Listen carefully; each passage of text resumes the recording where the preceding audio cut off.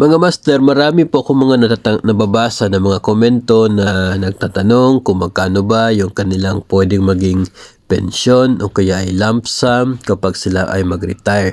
No, so ito po ay mahirap ikwenta natin without knowing your compensation in the last 3 years. No?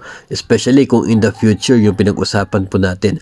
So ito po, nakikita po ninyo sa GSIS Touch, nandoon po sa claims, no? GSIS Touch, i-open nyo po, tapos doon po sa claims, check nyo po yung isa po doon, tapos yung available claims po yung tingnan ninyo, tapos sa retirement na claims.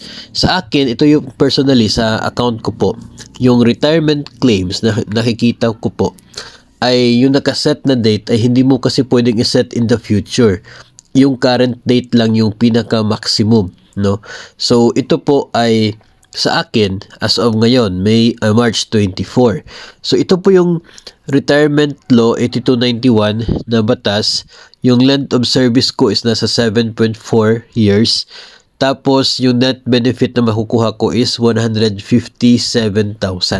Ito ay matatanggap ko kapag cash payment payable at age of 60. So, kung gusto po nating tingnan yung kanya pong breakdown, ito po, click nyo lang po doon. So, ito pong as of today, March 24, meron akong length of service sa 7.4, 7.3 yung PPP ko po. Tapos, average monthly compensation in the last 3 years, itong 24,134. So, no more need for any computation kasi lalabas na po siya dito. No? Pero, yun nga, as of today lamang yung pwede po nating makita, hindi po yung in the future kasi hindi pa naman po natin alam kung magkano po yung basic pay natin in the future. So, ito po, average 24,000 yung average na compensation ko. At dahil hindi pa po ako umabot ng 15 years na service, kaya wala pa pong computed pension available. No, so multiply po lang natin yung length of yung PPP at yung average compensation. So ito po yung maging gross benefit ko, 177,000. Meron pong deduction dyan na 20,000, yun po ay para sa akin pong emergency loan na na-avail sa GSIS noon pong Pebrero last month. So meron pa akong emergency loan, ibabawas po yun mula po sa aking claim.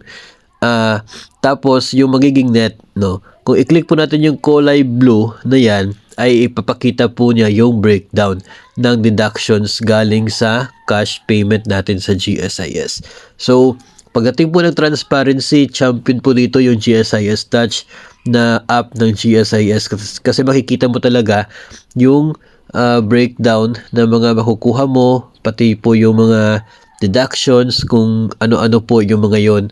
No, yung policy loan na hindi po ibabawas dito kasi mayroon pong particular na naka-collateral po diyan. Yun pong yung accumulated value ng atin pong policy sa GSIS